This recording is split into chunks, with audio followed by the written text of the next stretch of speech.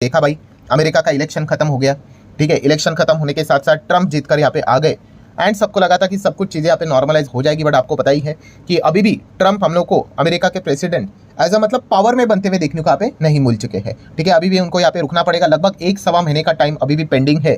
तब तक Joe Biden की बात करें, यही हम लोगों को अमेरिका के करंट प्रेसिडेंट करके देखने को यहाँ पे मिल रहे हैं। एंड आप सभी लोगों ने पता ही है कि ज़्यादा टाइम अभी है नहीं इनके पास, 1 सवा महीना ही बाकी है, बट फिर भी ये जो 1 सवा महीना है वो पूरे दुनिया के लिए काफ़ी ज़्यादा मुश्किल भरा ये करके रख सकते हैं। इस प्रकार की चीज़ें फिलहाल तो हम लोग को सुनने को देखने को मिल रही है। रिसेंटली एक अपडेट भी हम लोग को देखने को मिला था, आप सभी लोगों को पता ही है। कौन सा अपडेट? तो रशिया वर्सेस यूक्रेन, इस वॉर को कैसे जीवित रखा जा सके इसकी पूरी भरपूर कोशिश इन्होंने की।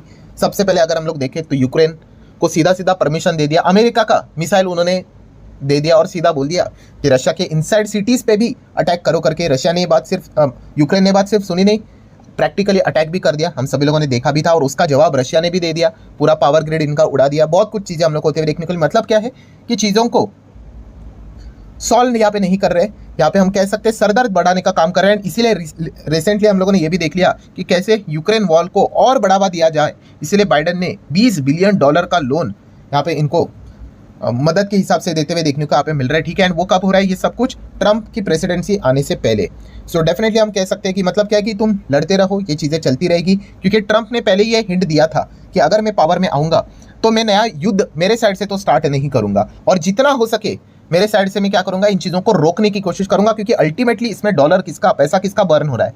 अमेरिका का हो रहा है। चाहे हम लोग इसराइल की बात कर ले, चाहे हम लोग रशिया यूक्रेन की बात कर ले, चाहे हम लोग फिर उसी के साथ साथ ताइवान की भी बात कर ले, इसमें सबसे ज़्यादा नुकसान होता है अमेरिका का। अभी नो डाउट अमेरिका के पास डॉलर है, डॉलर दुनिया की इतनी स्ट्रॉन्गेस्ट करेंसी है, दुनिया में जितना भी ट्रेड होता है उसमें से 80-85% डॉलर से ही होता है, तो इसलिए कितना भी डॉलर छाप ले, देखा गया तो उनकी वैल्यू नीचे कभी गिरती नहीं है। बट फिर भी ट्रम्प ने बात बोली कि इसको मुझे कुछ भी करके रोकना है। एंड बाइडेन आप देख सकते हो, पॉलिटिकली एंगल की बात करें, क्या इंडिया, क्या पाकिस्तान, क्या यूएस, हर जगह पे सेम चीज़ें देखने को मिल जाती है। सो बाइडेन जितना हो सके कोशिश यहाँ पे कर रहे हैं कि ये वॉर की आग है वो कुछ भी करके ना बुझे, और जितना हो सके ट्रम्प को जब प्रेसिडेंसी सौंपे तो कुछ ना कुछ हम कह सकते हैं कि सिरदर्द यहाँ पे बना रहे। सो इसकी भरपूर कोशिश उन्होंने की रशिया वर्सेस यूक्रेन से रिलेटेड युद्ध के हिसाब से, एंड उसके बाद ये सारी चीज़ें अभी भी चलती हुई देखने को मिल रही है। देन अभी हम लोग बात करें दोस्तों तो कहानी यहीं तक खत्म नहीं है।